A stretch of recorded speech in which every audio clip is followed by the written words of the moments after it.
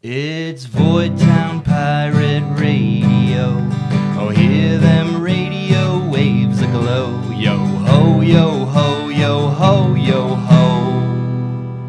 It's Void Town Pirate Radio. Yes. That's it. What's a train without a train whistle? It's not a train. It's something else. Well, what do you like to be called? Which name?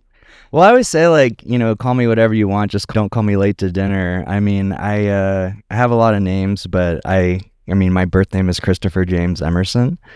And then, my DJ name is DJ Christopheles. My Crestone name is Christopheles. My Moffat name is Chriso, and that's what we met by. It's like my pirate name, I guess. And Romdox is also a name that was like given to me by friends that, I don't know, it's like my alien name maybe, or I don't know. Sweet. I also have a lot of names. Melbells, I think, is more my pirate name. Meowany is what my friends in Taos call me. I've trained them all on meows. Train them on meows? Yes. Communication by meowing. Oh, well, okay, so we just meow the whole time. I mean, or hellos. Meow. Meow. Yeah. You can say a lot with meows. Meow. I wanted to do like a thing because I work with kids too, where it's like we all just communicate like bees, like we're just buzzing, like bzzz, kind of just like vibrational like communication, which is like maybe good practice for like telepathy or, like how much you can feel somebody or like kind of feel the like communication via just like vibration. I mean, do you get facial expressions with it too? Because the face says a lot. Yeah. If you add the facial expressions, yeah. Maybe there could be like an entire kids play with buzzing and facial expressions. Right. And see what gets communicated. If you can tell a story. Tell a whole story with buzzing and facial expressions. Yeah. A bee's life. A bee's life. Thanks for having me on your podcast. Thanks for requesting that we do this. Yeah, it was like the first time that somebody was like, why don't I interview you for your own podcast? And I was like, that'd be really fun to do this with you. So yeah, thanks for initiating it. Well, the main thing that popped my curiosity was your Facebook post announcing your professional side of life. And I have so much curiosities, which these prompt questions from a friend might feed right into. And I was curious, this friend that suggested questions, are they male or female?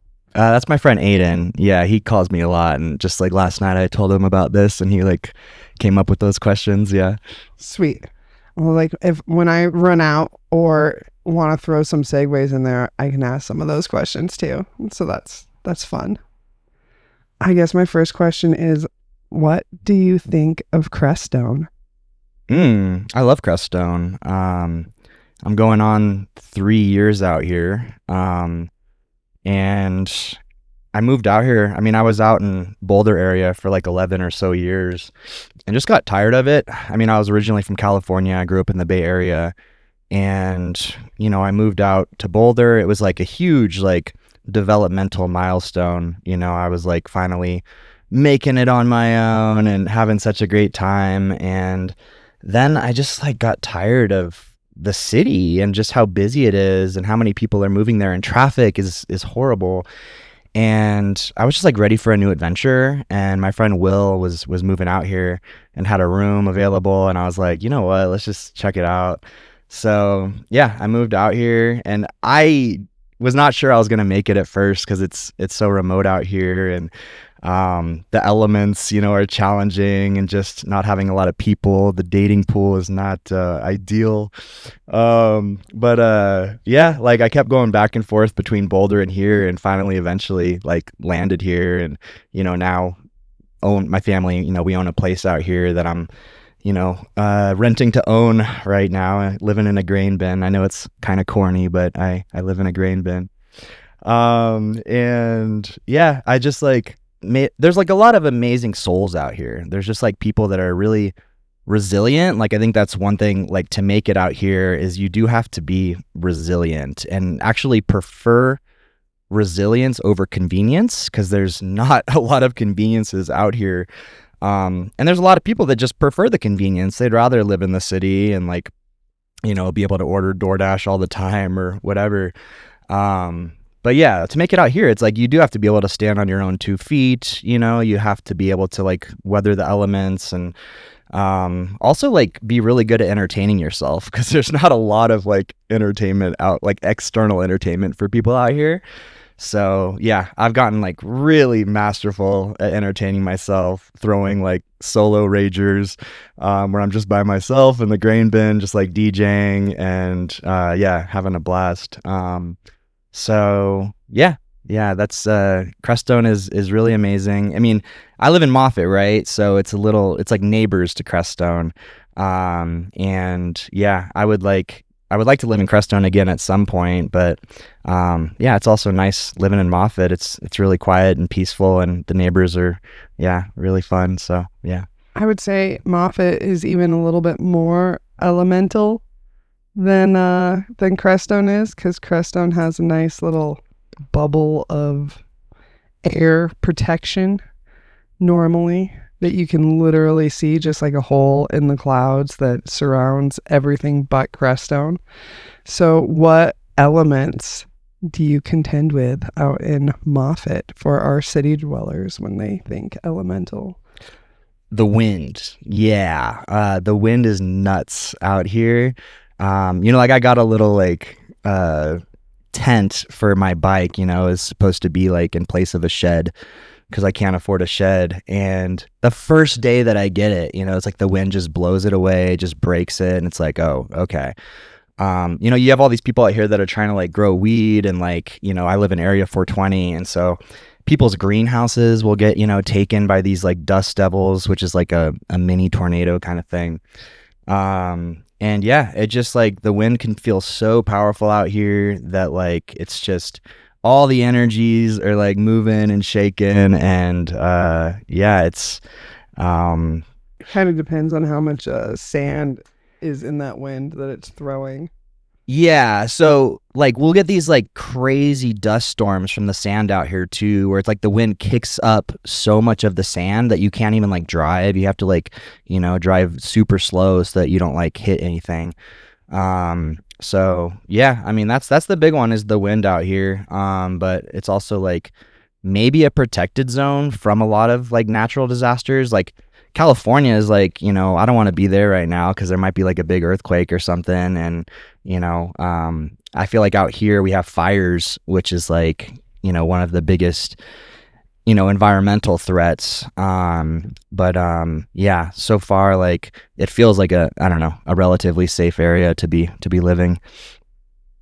Does my first experience coming into this area down in Taos even is where I normally hail, and I found myself in the middle of a dust devil, and every time I took a step it was like it was a new point of origin from the dust devil. And the more I tried to get out of the dust devil, the more it was violently around me, until I finally went to that place of zen and calmed down and just succumbed to whatever exfoliation treatment I was getting at the moment. And then it moved on and it dissipated. So it seems emotionally reactive, dust devils, I would have to add to this elemental, like really testing where your own heart and liver are.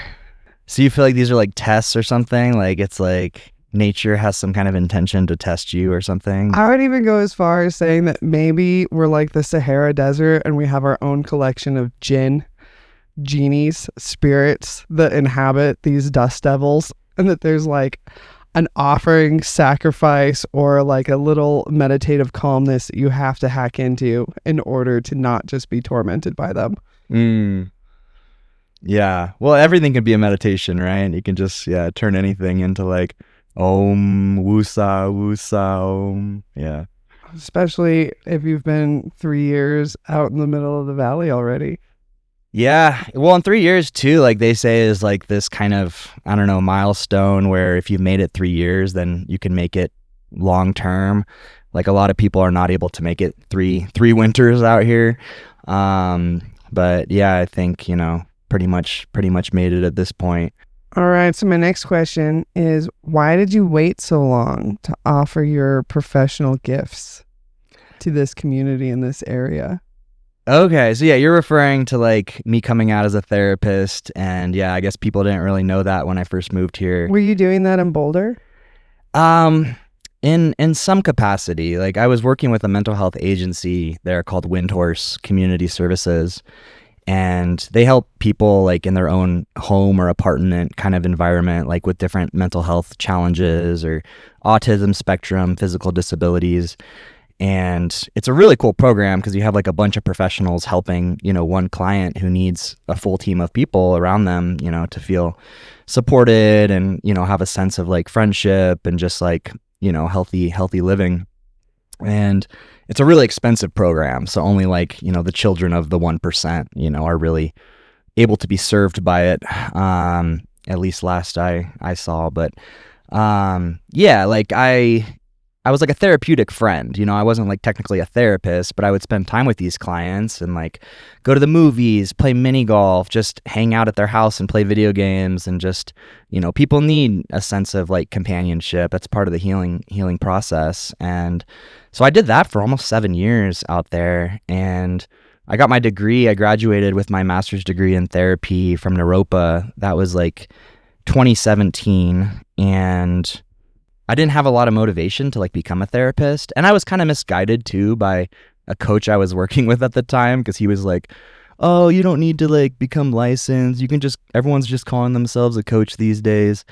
But what he didn't share is that like you have to be really into self-promotion in order to like make it that way. And I hate self-promotion. Like I hate promoting myself. I hate feeling like I'm trying to sell something to someone. I'm very sensitive to any kind of manipulation or any feeling of like, that someone's trying to swindle me out of my money. I mean, there's so many shucksters out there today, scammers and the like.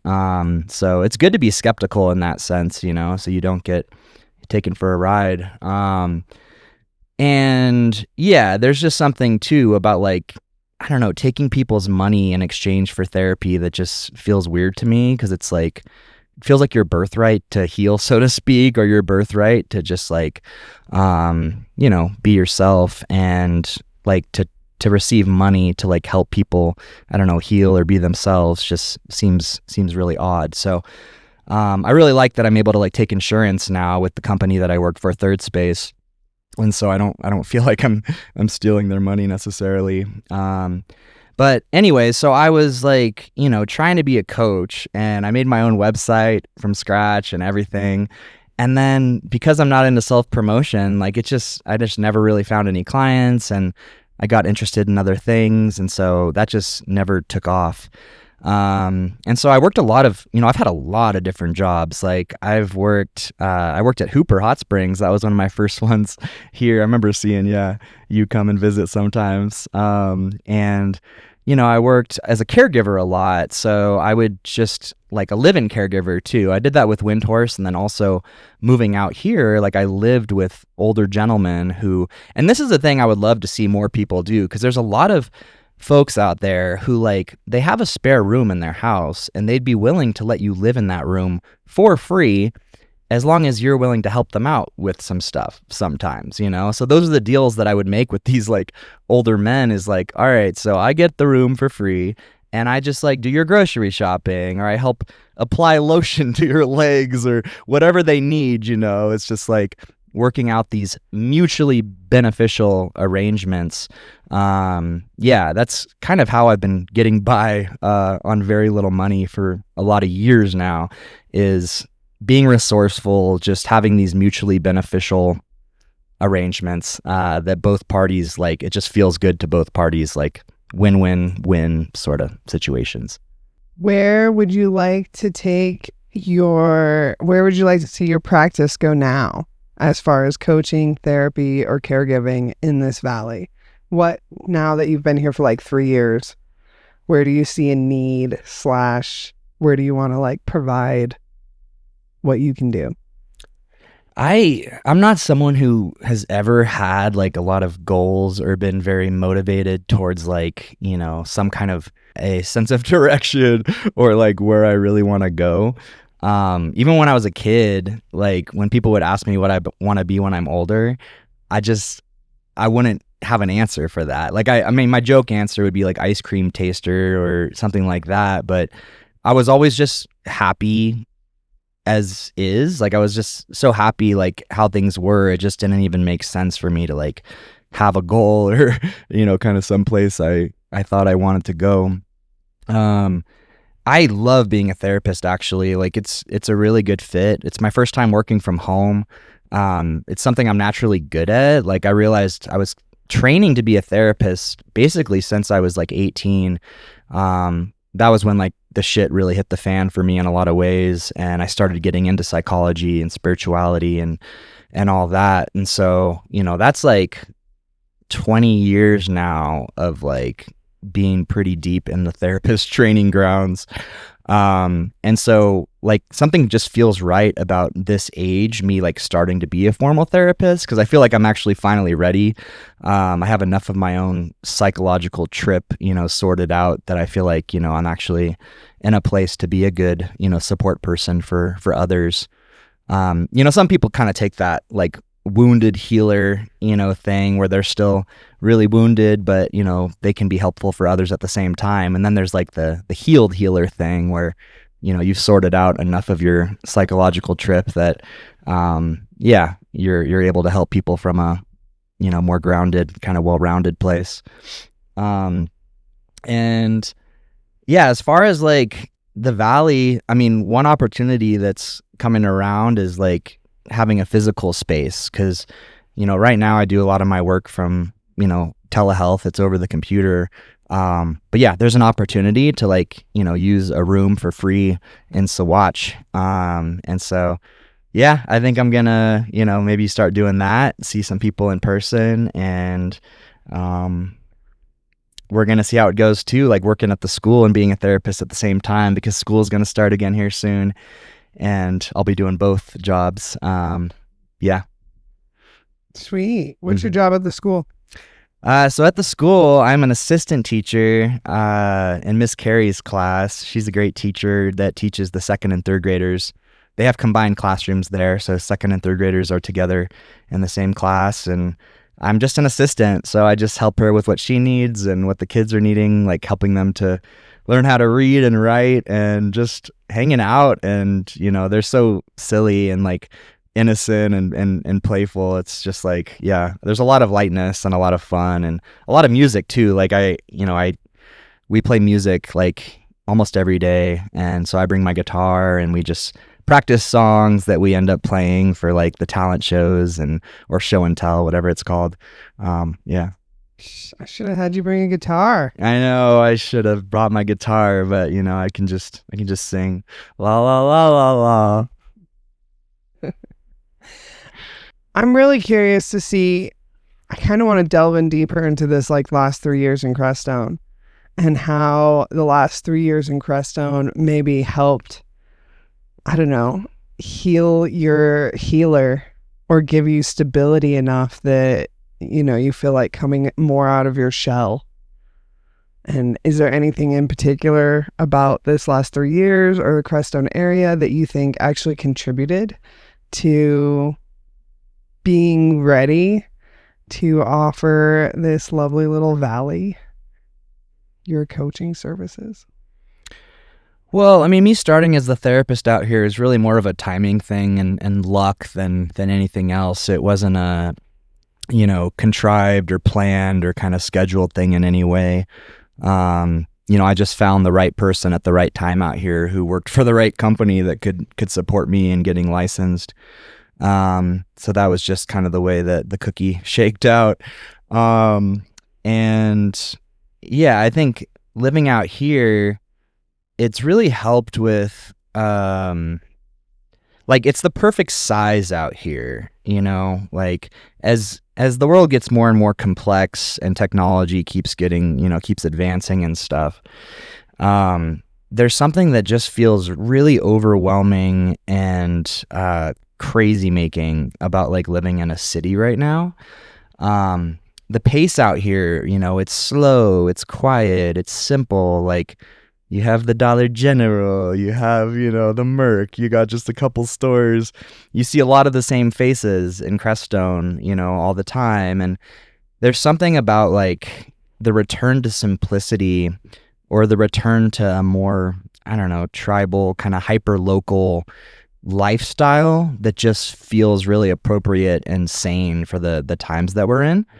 You know, there's, you know, some people throw around words like Babylon and Zion, and, you know, like Boulder back in the 60s, you could say was like a Zion type place where it wasn't super developed yet. It was like this cool hip place where a lot of the cool hip people gathered, right? And, you know, back then, even Naropa, the school that I graduated from, was like a really cool hip place. Like they had these like spiritual masters like Chogyam Trungpa and Alan Watts, and poets like Allen Greensberg. I definitely said that wrong, but whatever.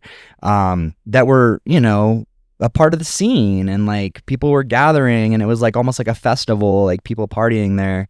And then what happens with these Zion places is over time, it just keeps building up and attracting so many people that it just turns into another like tech bro haven. You know, now Boulder is just, it's got Google, it's got like Lambos, it's got Ferraris, and just crazy traffic. And so now it's like no longer a Zion haven, it's like a Babylon, you know, sort of vibes. And I think that's why some people move out to this area, is because it's like a new Zion kind of area where it's really undeveloped, and there's just a lot of ideas and potential. And of course, people, you know, also get humbled a lot with, you know, they come here with so many ideas, and you know, they get shown that actually not a lot of those are going to happen. You know, you're going to be taught, you know, your own lessons in different ways.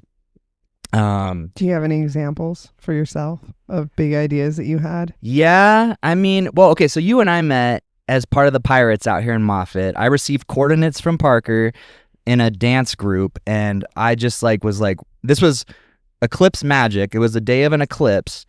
April 2024 maybe. Yeah. And I go out to the desert to like these coordinates, and then you're out there with these other piratey types with a pirate ship, mind you, and we're just having a DJ party out there. And you know, those people like have a lot of ideas. Okay, let's just put it that way.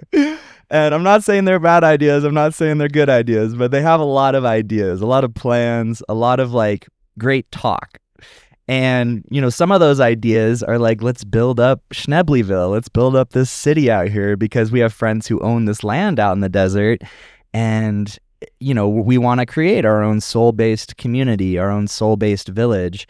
And, you know, I think that's one of those things where, you know, I can be gullible in my own ways because, like, I want to be a part of something cool like that. And I want to see the land get developed. And so, you know, I start to think we have momentum and think that, like, you know, oh, this is like, you know, gonna become a thing, and then it doesn't become a thing, and more time passes, and it's like, so maybe all those ideas are just like fluff, and it's just noise, and it's just like, you know, sometimes people need to compensate too, you know, like they might feel sort of insecure, or they might feel like, yeah, they don't have a lot going on, so they have to kind of talk up these, like, you know, big plans or big ideas to, I don't know, feel more special or more important or more just like, yeah, valuable than they actually feel. So I think I get sucked into that, where it's just like, you know, excited about potentials, excited about ideas, but then there's not actually like the money or the manpower or, you know, anything that's actually needed to like make those things happen. And then the elements where you try to get something and then it just gets blown over. Yeah, that too. We had like a whole dance stage out in Schnebleyville. You know, we built on the stage. We built the dance floor for festivals. You go out there now, the elements have completely, like the rain and stuff has completely warped the dance floor. And so like, you know, out here also, you got to be able to build something that's going to last. It's going to survive the elements. Yeah. Yeah. I really want to ask, who are you, Chriso? Well, the question is, what am I? And the answer is nothing in particular. I am a transcendental plasmic orb that, yeah, just sparkles, you know, this luminous emptiness. No, I mean, I don't know. You know, I think that's the most honest answer is just, I don't know. I could easily rant about how, yeah, people's need to know is itself like one of the main quote unquote problems in the world. You know, there's like so many people where they believe that, you know, knowing something or thinking that they know something is how they keep themselves safe or protect themselves, or that they're not okay if they don't, you know, have knowledge on, you know, whatever sort of social game they think they need to have knowledge on. But like, it's kind of ironic because anytime like you really think you know something, it's more of a narrowing down, you know. It's like you have to funnel out your true availability or your true openness, you know, in order to like believe that you know something.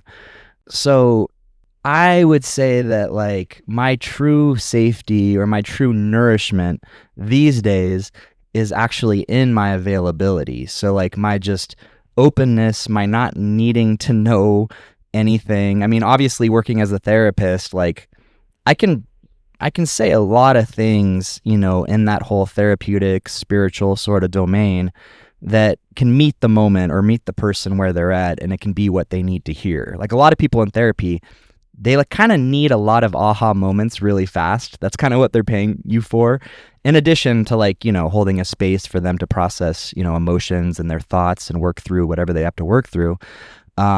You know, these people are like, you know, they're wanting a lot of ahas. And so I can provide those, you know, just because I've been around and suffered more than some of them have. Like I even look at like people that I look up to in some ways, and it's like, well, what do they have that I don't have? Well, they've just suffered longer than I have. And I think like, you know, suffering too is like, it's so good for the soul. Like so many people want to like avoid suffering at all cost, but it's actually like, you know, one way that things get better on a global scale, I believe, is like people just suffer more. You know, it's like suffer more, suffer better. You know, it's kind of the whole like fuck around and find out sort of mentality of like just be very experimental with like, you know, everything. Kind of look at life as something that doesn't necessarily have any rules, and that you're free to, you know, experiment as you see fit, as long as you're not, you know, hurting yourself or others. And yeah, I think that's kind of how I've gotten so comfortable with the unknown, or just like not knowing is just like, yeah, the whole fucking around and then finding out that I don't know anything. Yeah. That either goes to humbling or enlightenment or both. Yeah, I mean, yeah, what is enlightenment, right? And, you know, I think there's no shortage of, you know, humblings. Like life is just gonna keep humbling you past the point that you even think it could humble you even more. You know, it's just like there's no limit to like, yeah, how much one can be humbled. Yeah. I've been really enjoying playing and witnessing humbleness. I feel like as a society at whole, humility often gets a bad rap. It gets more of a like a lower, cowering down, accepting, surrendering, but not necessarily in like a powerful way. And I feel like this past year I've been able to actually witness people that stand so tall and so true and are the most humble, grounded people that I've ever met. And it's been really enjoyable to see what humility looks like in a place of power and strength. And maybe being humbled is empowering, in the sense that you kind of start to learn what true power is.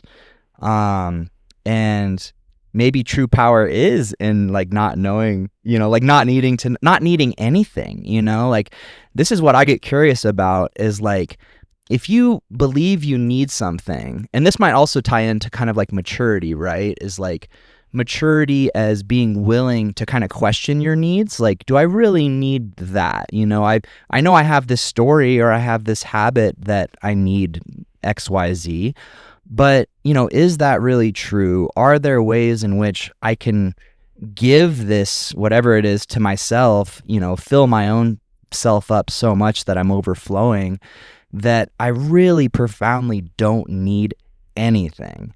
And maybe I've never needed anything, that whole kind of belief, that, I needed something was just,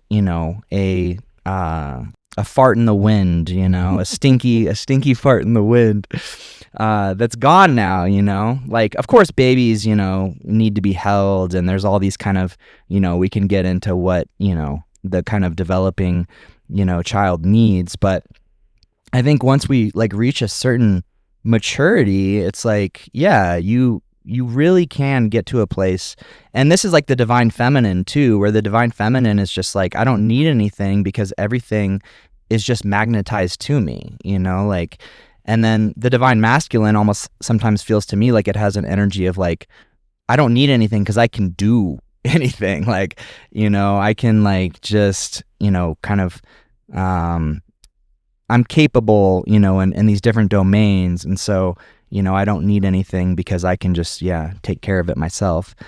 And you can go too far in that direction too, right? Where it's like you also, you want to be able to receive. If someone else wants to like, give you something or support you in some way, it's also like I have clients too where they have like barriers to receiving. It's hard for them to just, let themselves be vulnerable in that way, to just receive. And so, yeah, like even support from, like, I've had to get so much support from like the government or parents, and I actually would love to shout out really quickly some friends who have floated me money over the last few years. Fran, Aiden, my sister Jenna. I'd also like to shout out people who owe me money. Kyle, Terry, please get that to me as soon as possible. Like, we need each other in a sense, like, I need people to make my clothes, my food. Like, there is a level of interdependence where I don't think I would make it on my own in a cabin, like hunting for my own food. Like, it's not something I want to learn how to do. But yeah, it's just like, it's a very empowering position to be in, to not need anything. And that even includes like what life looks like, like, we could talk about narcissism as a spectrum where on one end of the spectrum, you have the most narcissistic people who need their lives to look a certain way in order to feel okay. And they are going to use manipulation tactics, like strategies, like control dramas, whatever they have to do to keep their life looking that way. And we all like know someone like this, right? That like, they'll just throw a tantrum, or, they'll just... I have a really beautiful example, actually. Yeah. Adjusting to RV life. And I had a partner that really refused to throw toilet paper in the trash can. And after dealing with a clogged RV toilet for about 6 weeks continually, hearing the rants of how I do not live in a third world country and I will not throw my toilet paper in a trash can, to finally toilet paper goes in a trash can so that the toilet can flow. get over yourself so that we can have a functioning environment. Yeah, exactly. So like the other end of the spectrum, right, is like a being who really doesn't care what their life looks like, doesn't need their life to look a certain way. In a sense, and I've written a Facebook post about this. Like I have another project as if I need another project, but it's called Endgame Sangha. And like, that's where I want to just write, some of these more, I want to call it like post-spiritual kind of meanderings, where, you no longer, need your life to look any certain way. Like you no longer have a codependent relationship on appearance itself.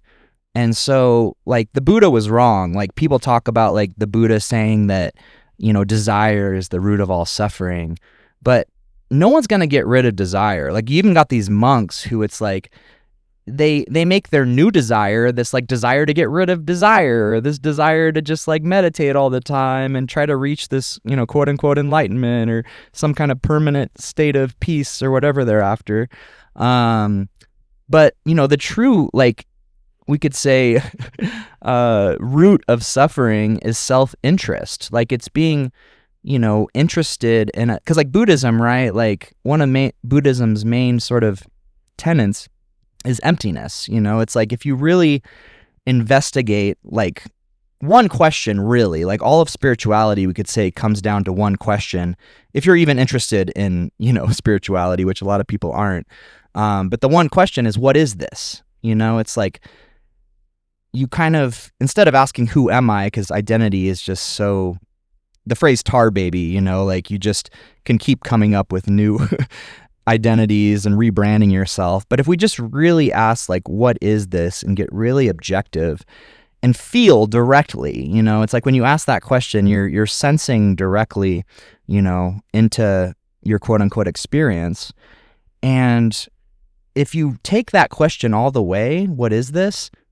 You do eventually arrive at like, I don't know, like I can't tell. Like it actually does seem like indeterminacy is a fundamental aspect of whatever this is or isn't. And so the whole like self-interest being suffering thing is, basically saying that like, if you are invested or you're interested in a self that doesn't exist, of course you're going to be unhappy and dissatisfied and like staying on this like looping merry-go-round of essentially self-interest where you're trying to like, like when ghosts eat food and it just like falls right through them, it's like a lot of people are like that. Like they're trying to like feed up or fill up this ghost, and it's just never going to work. And so to abandon self-interest, like a lot of people are afraid to do that because they feel like it's irresponsible, or that, they'll be seen as like insane or an asshole or, whatever. But if you're not afraid of like people seeing you as stupid or an asshole or insane, like it actually frees you up a lot. And, you actually, by abandoning self-interest, can actually have a lot more peace and a sense of freedom and just kind of going with the flow kind of energy. You're not buying into this social game, or you're not playing this social game of like, I am me and I believe this and I have to like defend these beliefs or uphold this stance and I have this goal that I need to meet. Like all that energy can just be so stifling, when the, reality, quote unquote, is so much more fluid and flexible and non-linear. Yeah. Amazing. I feel like I also noticed that it's almost like an attachment to structure as a replacement for foundation. And whether that is actual like physical structures or an environment or a timeline of your day or a family pedigree or a job title, the people that you answer to, how your coffee is in the moment at a certain time every day, that there is easily we can, when we're in this place of self-interest driven, assume that these structures and these patterns that we set up for ourselves are a foundation. And I think we often witness as people's structures either get taken away, changed, maybe they get fired, a relationship ends, the house they're in, they can't stay in any longer. That shift, you see someone's entire foundation of their like being, personality, what they've based their life and their viewpoint on, literally fall apart. And that's kind of one of those, what do we call it? Existential crises that we witness happening all over the world in many cities and in many places in this fluctuating environment that we're in, that I don't really like living in the city because I find that most of these structures are temporary solutions to make me feel better versus it actually helping me feel better. And so they're like false sense of security. And to build an identity on a false sense of security, to me, seems like the opposite of emotional resiliency. Exactly. Yeah. And the indoctrination is really powerful too, right? And it starts really early. Like when we're really young, we start getting, and I see it because I work in a school too. And so that's an interesting balance even for me to like, on the one hand, it's like we want kids to be indoctrinated into like to be socialized, to like learn how to relate and play nice with others. Like that's part of growing up in a healthy way, is learning how to play nice with others. And that's why sometimes homeschooled kids and stuff get really awkward and weird when they're not able to like, be socialized around peers, or only children it can happen to as well, but like on the other hand, it's like, we don't want to kill a child's sense of wonder, a child's sense of play, a child's sense of like just their own inherent genius and their own like imagination. School can also become this like, it's like prepping people for a corporate, kind of rat race position. Like when I was in high school, it was actually like mandated that we applied to college. Like you had to apply to college as part of my high school, because I guess it was like a preparatory sort of situation. But, college isn't for everybody, and it should never be forced, on anyone. And I definitely felt like, just so much of my soul was just, beat out of me through the educational system. Not to mention how much you don't learn, actual useful, adult skills and information and whatnot. And so because like the indoctrination is so strong, it can take so much energy to un-indoctrinate yourself, to unhypnotize yourself from all that conditioning. And then that's where a lot of people don't want to put in that work either, because they're like, well, I already sort of like learned how to play this adult game. Like, why would I want to unlearn that now, But it's actually really healthy to like unlearn all of it, as well. What were some of the tools that you used, or time frame even, in unlearning your indoctrination to find play? If I was going to comment on your DJ skills, I would say there is so much play in your sets that I find it really enjoyable and helps me have a giggling forth of mirth that almost feels like my own light and love bubbles coming forth as I'm listening. Oh, that's wonderful to hear. I absolutely like adore DJing. Like it's my new favorite, hobby. I love to find like two songs that are just like meant to be together, and you just make those two songs like make love in these beautiful ways, and they both enhance the sound of the other one and create a whole like new song. That's like the whole mashup thing. But yeah, I would say like what's been really good for me to un-indoctrinate myself has been journaling. I've done like a ridiculous amount of journaling, and there is this guy, Jed McKenna. I mean, I'll just quickly shout out just some of my most pivotal influences in terms of like books that I read and just people that like sort of, you know, initiated a huge pivot in my trajectory. And one of them was Jed McKenna. And he recommends, he wrote a series of books called the Enlightenment Trilogy, which are, he's like a very entertaining writer. He's very fun to read. And he recommends this practice called spiritual autolysis, which stands for spiritual digestion.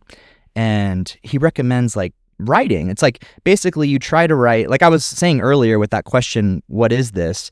His one question is like, what is true? You know, it's basically the same question. And so you just keep writing and you try to write something true. And again, like after a while, you realize you can't do it, you know, because you can't capture the truth in language. And it's like as soon as you write something, you're like, but it's not true in this one circumstance that I happen to think about now that I read what I wrote. Yeah, exactly. And so like I did so much writing, so much journaling, just like, you know, just playing with all these different perspectives, these ways of looking at things. And, you know, when you write something down too, it's like you're getting a healthy distance from it because you're like, it's no longer a thought that I'm identifying with. It's now like these words on a page that I'm looking at. So I'm not that. Like I'm, you know, whatever, like seeing it or perceiving it. And so, you know, again, it's like these farts in the wind that just keep, you know, blowing by.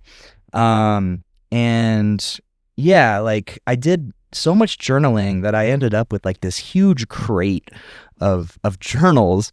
And then when I was moving from Boulder to Crestone, one of the times I was like selling a lot of the stuff that I owned. And I just put up on Craigslist, I was like, yeah, this is kind of weird, but if anyone wants a box, like a crate of my personal journals, you know, you're welcome to. Thinking that nobody would, but I got multiple responses of people, yeah, they wanted this crate. And so there's one random guy out there that I gave this crate of my journals to. I have no idea what he's doing with them, but more power to him. Yeah, so journaling was huge. And then I would also say just like, you know, I'm very wizardy in the sense of like just being very substance friendly, like very pro substance, like do better drugs kind of motto. Like there's a lot of awesome substances out there that, you know, can really accelerate your unfolding. And, you know, I haven't been shy with those at all. And so, yeah, I'm very experimental or very like, you know, like a scientist when it comes to exploring my own like mind, body, emotions using various, you know, substances. Fun. Okay, my next question. What fuels you? Kava, knickknacks, caffeine, cacao, marijuana. No, let me take a pee and then I'll answer that one. I'm probably honestly mostly fueled by music. Like I do think that music has been the single most moving sort of like energy that I've ever, you know, encountered. I like all kinds of music. Like I've grown up on all kinds of music.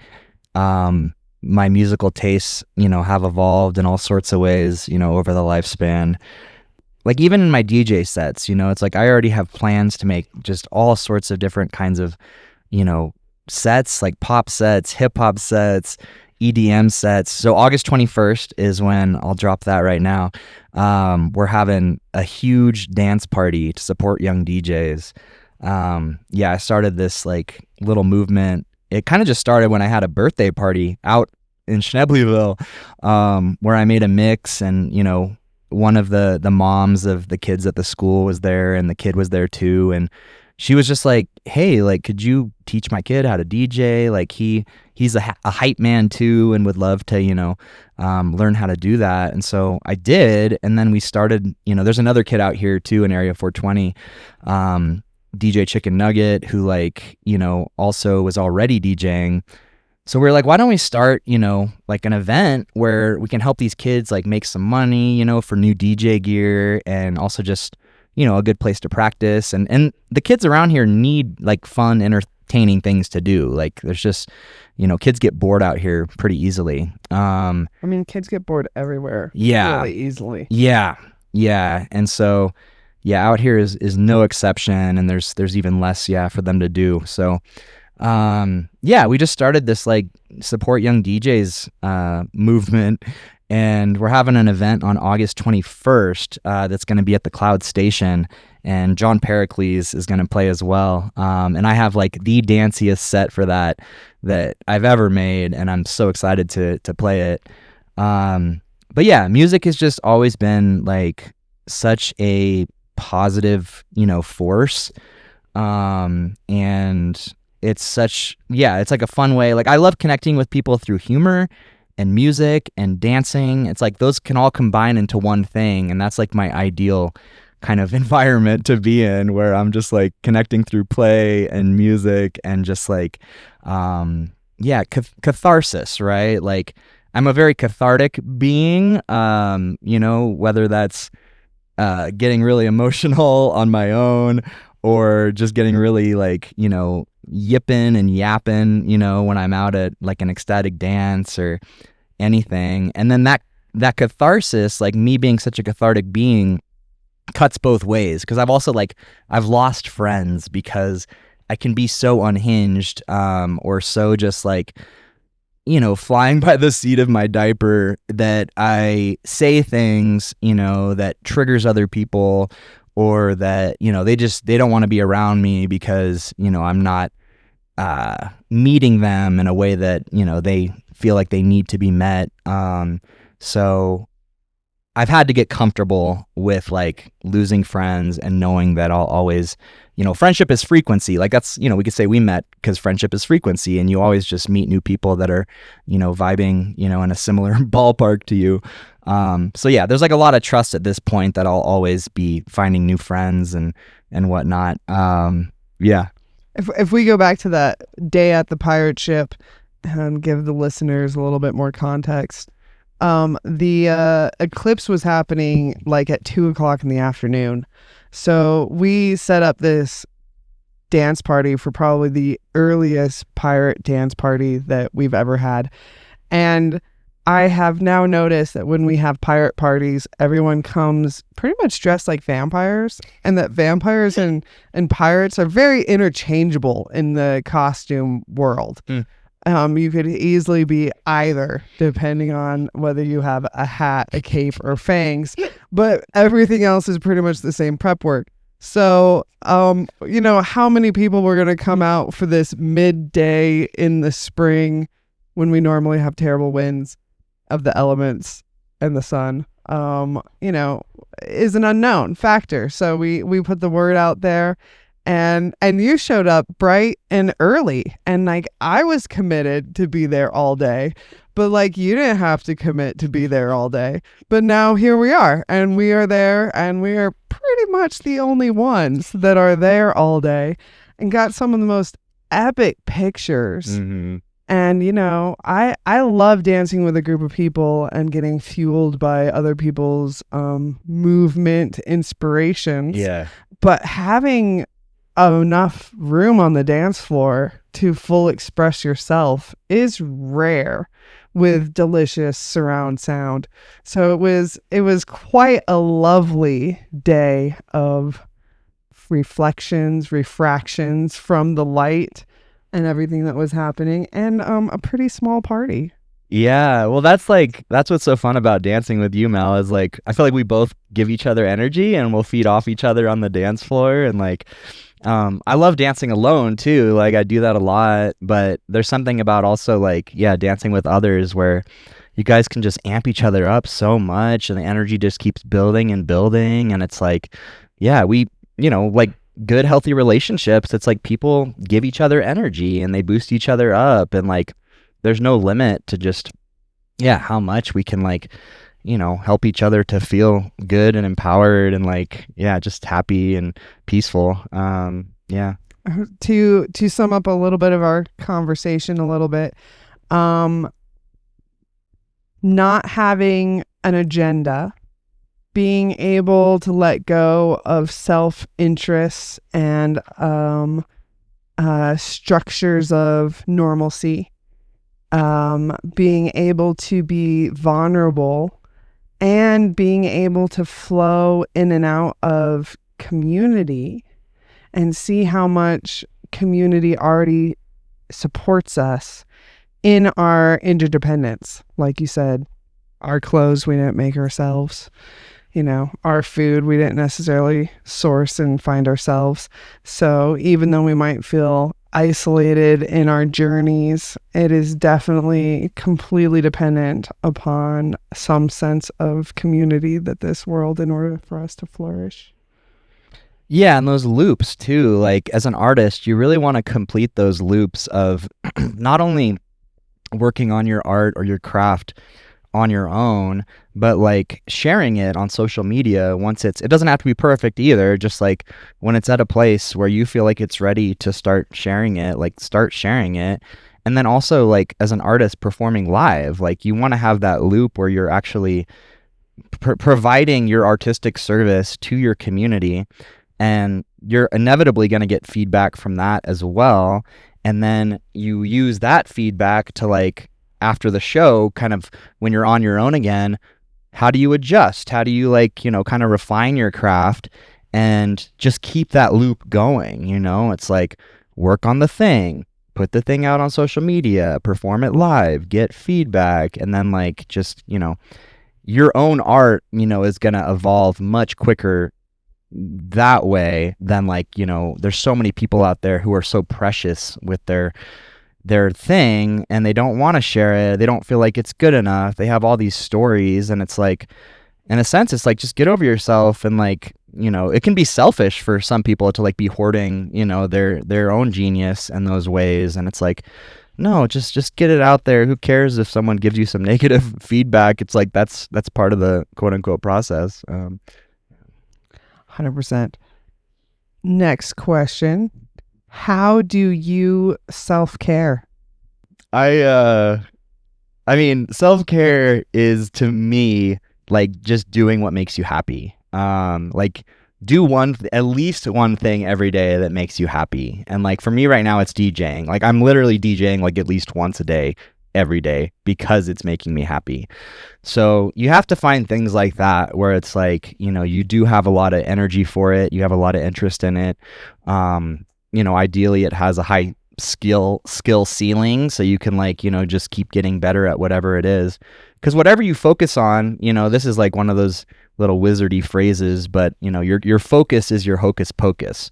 Whatever you focus on, like that is your magic. That's what's going to keep growing and evolving. And so, yeah, like I see self-care as like, it's also a lot of trial and error, right? Like, again, I've just like been so experimental in my, what I consume and what I do, that experimentalness helps you refine, what really works for you and what you like.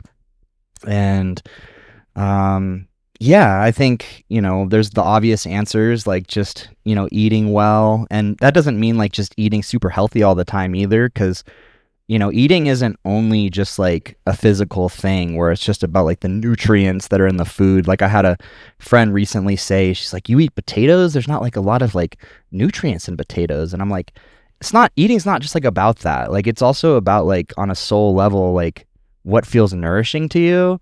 And sometimes you need to eat some pizza for your soul to feel fed, because it's like, it just hits something that if you were only eating for nutrients, it doesn't necessarily, hit.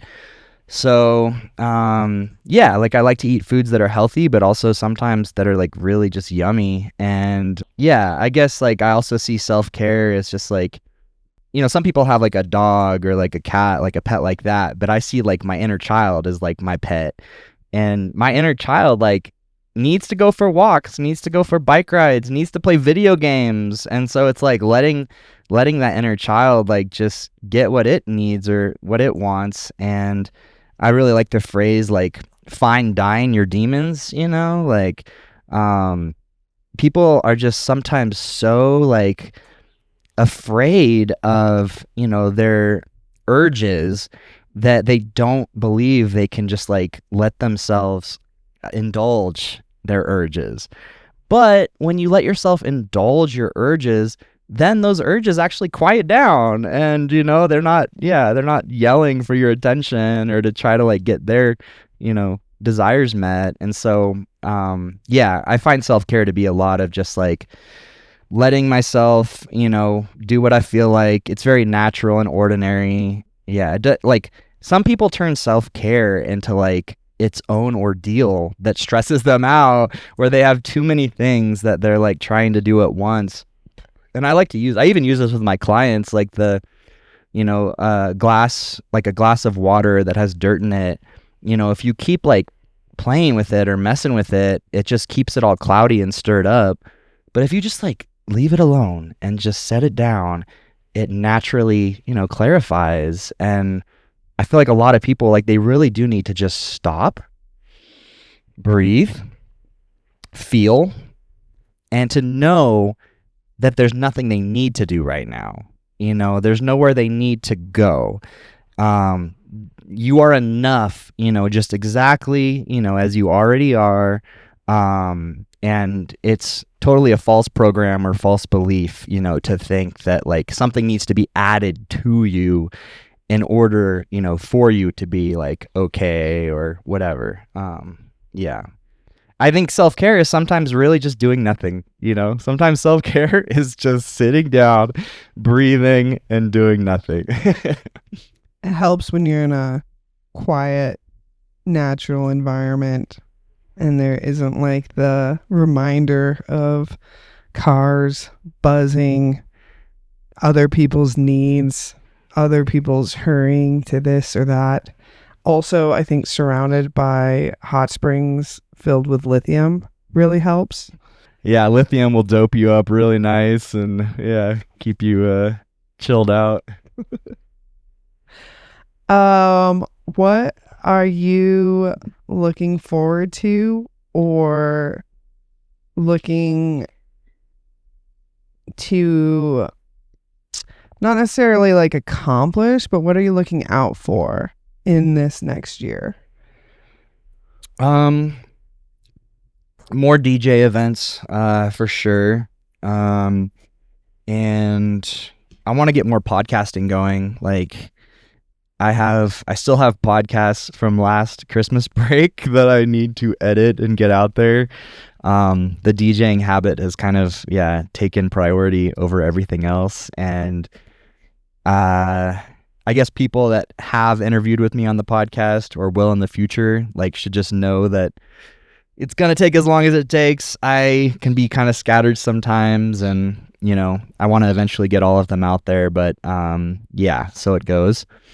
I feel like I'm really ready for, the right woman. And so, I would love to, they say, don't ever look for two things in life, love or death, because they'll find you when it's time. And so, I just feel like, I'm 38 now and I'm definitely ready for the right woman to come in. So, open to that in the next year for sure. And are you like taking applications? Is there somewhere where they should like mail in their applications or send you their profiles? Yeah, only qualified applicants need apply. If you're listening to this and you think you might be a good fit, just have your people get in contact with my people. We'll have the lawyers look over, all the information. And I mean, that's not a bad idea to have like a whole like questionnaire or something at the beginning of dating. Cause there's a lot of, it's a mess. The whole dating scene is such a mess right now. And people are a mess, I mean, everyone's doing the best they can, but at the same time, it's like people are so traumatized and, it's amazing how well some people are able to like present themselves, like on the surface. Like you learn this as a therapist too. Like sometimes people are so good at, presenting a certain face, and then you find out like deeper down the road that, it's all like a pretty shallow, veneer. And, underneath that, there is just so much like a sense of brokenness. Not that they're actually broken, but that they feel really broken and, unwell. I've definitely had a bit of a nightmare, in my my dating history. But yeah, you never know. It could always change. And then, yeah, just eventually meet somebody where there's like the mystery of compatibility. Like you just happen to be compatible with the person. And so meeting their needs is just natural. Like it's not hard for either of you guys to like, you know, to meet each other's needs. And But that sounds so anticlimactic. How do you know if they're the one? I mean, maybe you never know, right? But sometimes, like, I don't know, sometimes there's synchronicities involved, or sometimes, like, you just got to spend a lot of time with them and just, you know, see what happens. You know, the more you get to know someone, the harder it is for them to, you know, hide who they really are. And so, yeah, I think that's the way. And then sometimes people know instantly, and like maybe that is, you know, a love at first sight kind of thing. Like maybe love at first sight isn't really first sight. Like they're having that experience because they know your soul from like a previous incarnation or like in a different dimension or something. You guys were chilling. I mean, I feel like that's putting a lot of power on our intuition when I feel like a lot of it is actually choice and what you just choose. They did a study. I had a friend tell me about this. They did a study and they interviewed couples that had been together 30, 50 years.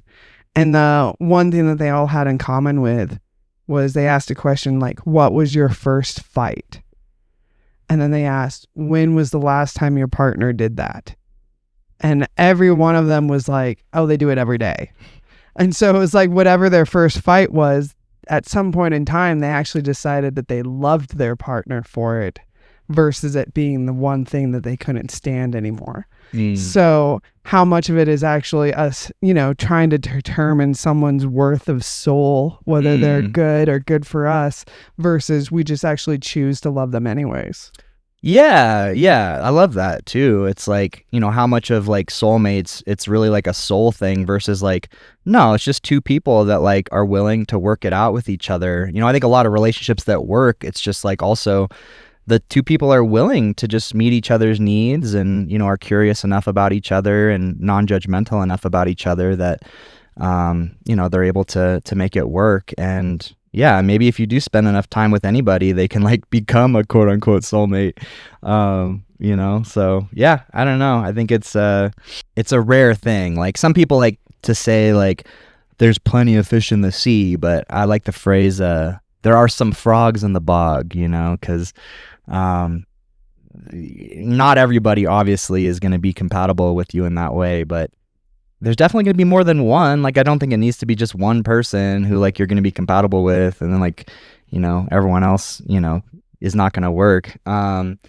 So yeah, I just like, you know, I think sometimes I can be shy too, or I can just like, you know, certain moments I just can be awkward. And so, yeah, maybe love has like already passed me by just because, yeah, I was shy or something. We're going to return to this in a moment, but instead of just feeding relationships, let's go to that one time you hired a weed coach. Oh, yeah. So this is like the one thing. And also, I just want to say it's really cool on this podcast, Mel, that we're doing something that I've wanted to do on this podcast a long time, which is drink kava. This is going to be a part of the new kind of routine. This is going to be a part of the new ritual of this podcast, is that when I have people on, kava is available. You don't have to drink it, but like apparently it's been known as like the truth serum, and it can help people open up in certain ways. And so I want that to be an aspect of this podcast. So this is also this is the one thing that came up when I was thinking about this podcast of like, what would I want someone to ask me? And I don't know why this is the one thing that comes up, but I did have a weed coach at one point. When? This was when I was living in Longmont. And so this is like 4 years ago, 5 years ago. And he had written a book. It was called like the Handbook for the High Functioning Paranoiac or something. And I was readjusting my relationship with marijuana at the time. Like when I start, and this was one of the negative consequences of music when I was growing up, is that like there was like this whole weed culture, like listening to Sublime or like Less Than Jake or these different like ska bands and punk bands growing up. Like they would glorify like marijuana use, and I was young and I thought they were cool, and then like so I wanted to be like that cool stoner kind of guy. And I started like, yeah, like I remember hiding marijuana from my parents and like using it and a lot. And I would just pretty much every time get like really socially anxious and paranoid. And like I realized I was kind of just doing it as this like social thing where because my friends were doing it and it seemed like, you know, I wanted to be friends with them and, you know, do what they're doing kind of thing. But I wasn't having a good time. And so once I finally like was living in my own apartment in Longmont, I was like, maybe this is a good time to like adjust my relationship with this substance. So I used it on my own, just like edibles, like low dose. And I actually realized that like a lot of my anxiety or paranoia, like it was actually, there was grief under it. You know, like I wasn't so much like scared as I was like sad. I was like really sad.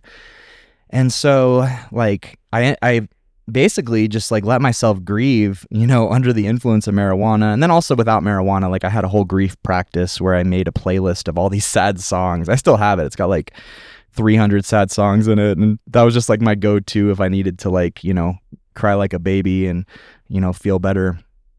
And I was able to shift my relationship with cannabis, but I still like, there was like more work to do there. And so I found this coach, this weed coach, and he was like visiting from Canada, and we like set up a time to like work together. But the thing with him was like he didn't have like a house that we could like use it at. And part of my paranoia was that like it's like being in social situations, you know, like I kind of needed a private place to to do that work. And so anyways, he just has us meet in like this public park, and we're like, I don't know, being kind of shady about it. And he's like coaching me on like how to smoke and like, you know, how to kind of react or how to like hold myself, you know, when I'm high. And it was just like, it was so awkward and funny to me that, you know, I'm like paying this person to just like, yeah, smoke weed in public and to like, I guess talk me down from like any kind of bad trip I might be having. And now I'm like a weed coach to one of my friends. Like that's one of our running jokes is like, I'm in a group called the Maybe Not Confused GangGang, and we're maybe not confused. And we have a sensei. So sensei is like our archetypal, you know, he's like a mythological, you know, imaginary, just tiny Asian man, you know, who just like is so wise, and he's so ripped. He's like super buff, even though he's tiny. And he's just always saying like the most wise things ever. So if you even hear me say something like, oh, sensei said this, sensei said that, like that's what I'm referring to. But yeah, like, you know, as part of the Maybe Not Confused GangGang, like I am the weed coach, you know, to my friend Spencer.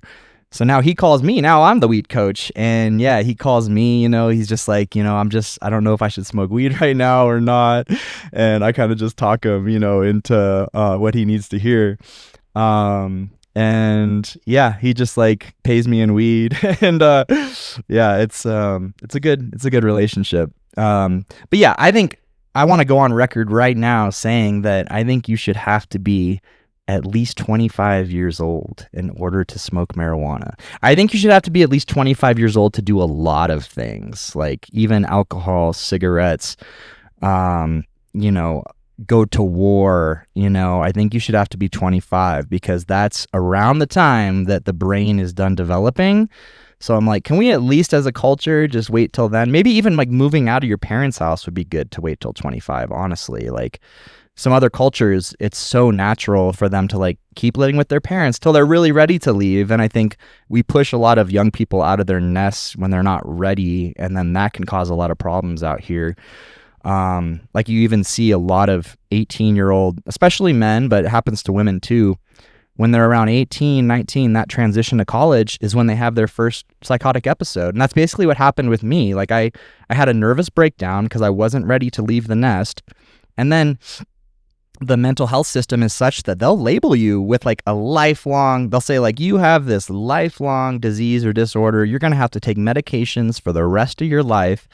And it's really unfair because, you know, they don't really have the grounds or the basis to like, you know, tell someone that, to like give them a life sentence, you know, that they're going to need medications for their whole life. When they don't even have like a biological, physical kind of test, you know, that they could actually, you know, they're just going off of their subjective bias essentially as, you know, quote unquote professionals. But we're guinea pigs. I mean, you know that with the COVID stuff too. It's like they act like they have this authority and stuff. And a lot of people have an authority bias, so they buy into it like, oh, this guy, he's a doctor, you know, he's got this piece of paper on his wall, so he must know. But it's like, no, you're a guinea pig and you're kind of gullible for, you know, believing that this other person, you know, knows what's good for you, you know, better than you do. Something back to that self-care, self-evaluation, being able to be a little vulnerable and feel your own feelings so that you know how to steer your own ship. Yeah, so like sovereignty, you know, a sense of sovereignty, even like just taking one sovereign breath, you know, like just a breath that no one's telling you to take, you know, it's like no one is like, it's not a guided meditation.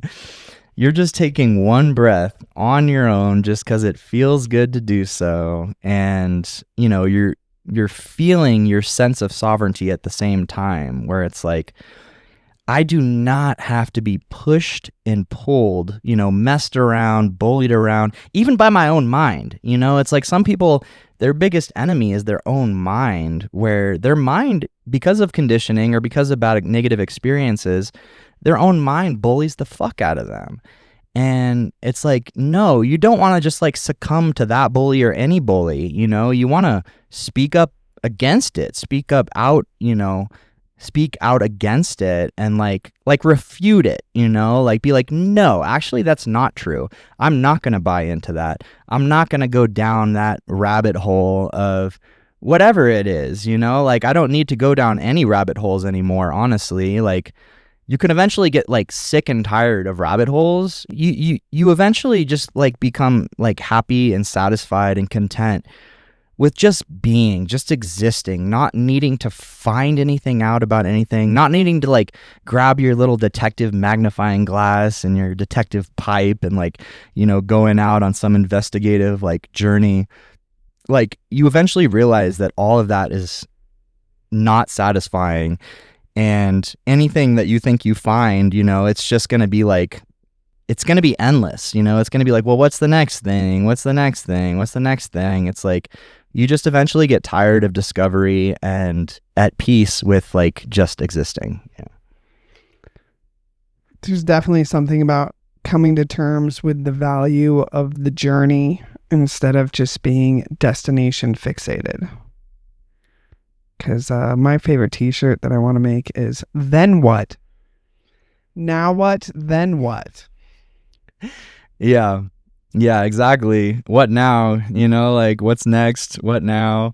Are we there yet? Are we happy yet? Are we at peace yet? Like all those questions, right? Like when is this going to be enough? You know, is this enough yet? I mean, my little girl loves to ask those questions.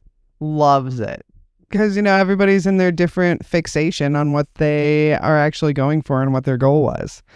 And it's one of those things like, I gotta get there to watch the sunset. And there happens to be a low-hanging cloud that just mutes the entire thing.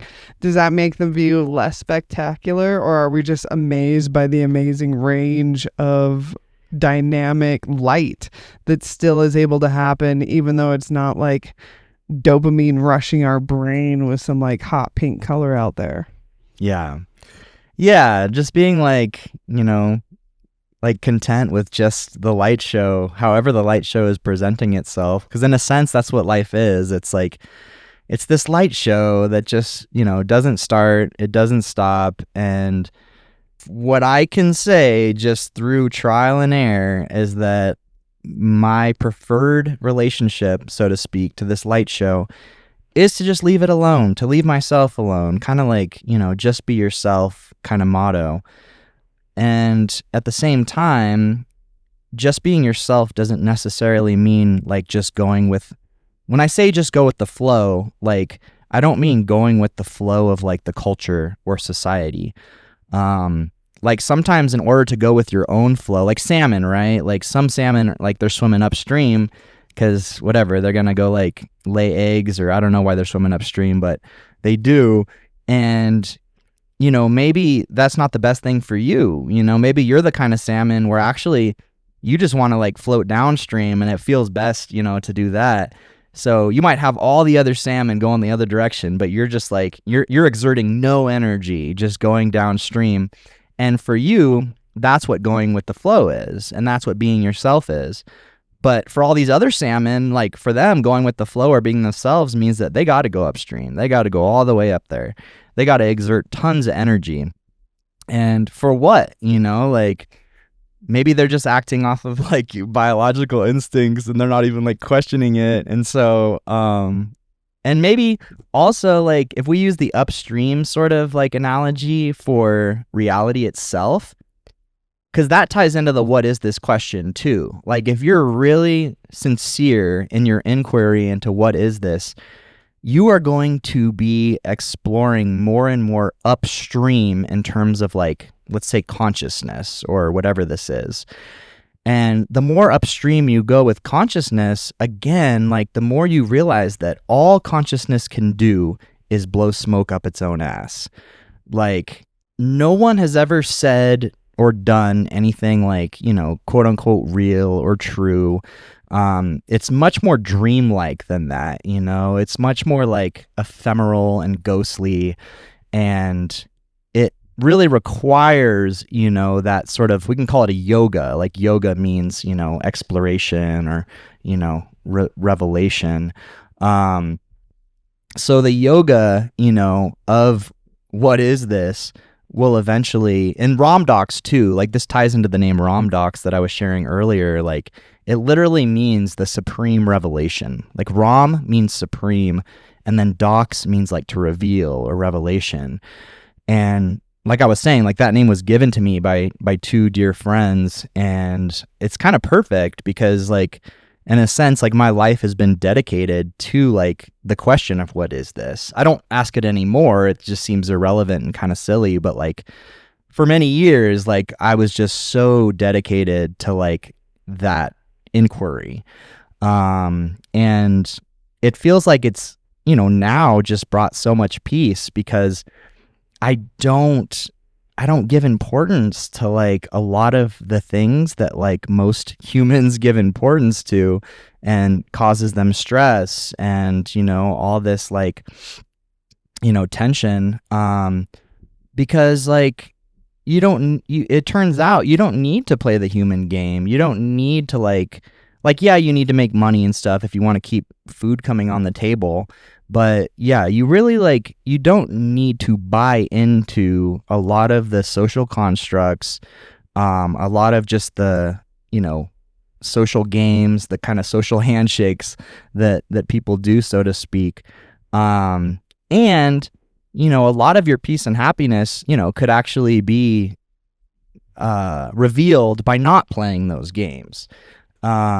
By realizing you don't need to play those games, by like, yeah, just going your own way, doing your own thing, going rogue, it's like, we also like to name drop some of my other influences like Jed McKenna. Peter Brown is a guy that I spent a lot of time with before he died. He had this thing called the Yoga of Radiant Presence, and I read like all of his books, and he's really amazing. I'll put like links to these guys like in the description. And then one guy that came out of that Sangha, his name is Jeff P, and he has a Night Sky Sangha, and I was a big part of that for a while too. And it's really like with these guys, it's all a matter of like reduction sauce, so to speak. Like they kind of, instead of adding anything to you, they kind of just like help you rid yourself, of various beliefs. This is the whole like un-indoctrinating yourself process. And it's really just like less and less and less, until you really don't have a sense that you have anything, like the possessive mind itself is addicted to feeling like it owns something, anything, feeling like it has, and this applies to ideas too, right? Like people possess ideas of like even choice, like things like that seem obvious. Like, of course we have choice, a person doesn't necessarily realize that itself is an assertion that they don't actually know if it's true. It's very easy because society agrees with the whole choice thing. It's very easy to assume that, like, yeah, of course that's we all have choice and everybody knows that. But it's like, really? Like, if you really investigate, like, what is choice? Who is the chooser? Does choice require separation? Like, do I have to be able to find where the separation is between a chooser and an environment that is, where everything is getting chosen? And then, like, I guess there's also this process, right, of choosing. So it's like there's three things that would be required, right? Like, you need a chooser, you need a process of choosing, and then you need, like, whatever the things or the people or the situations that are being chosen. But what if, quote unquote, reality doesn't actually have, like, those three separate things, Like, what if it's weirder than that, more intimate than that? Also, in a sense, like, it's more immediate than that, like the mind is always just kind of late to the party in terms of like understanding anything. And the mind just like, it has to kind of like take all these shortcuts and like, oversimplify, the weirdness that is here in order to sound coherent or to sound cogent. When really maybe this is just like radiant chaos. It's not in anyone's control. And believing otherwise is just pretense. It's just, it's kind of a silly game we play with ourselves. Since we're out here with river culture and using river analogies, first I'm going to say what's upstream? Usually cleaner water, cleaner, colder water. Yeah.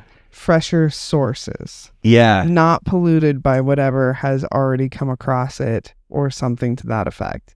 Yeah. And that in my own self, there's going with the flow, which is like which way the current pushes you.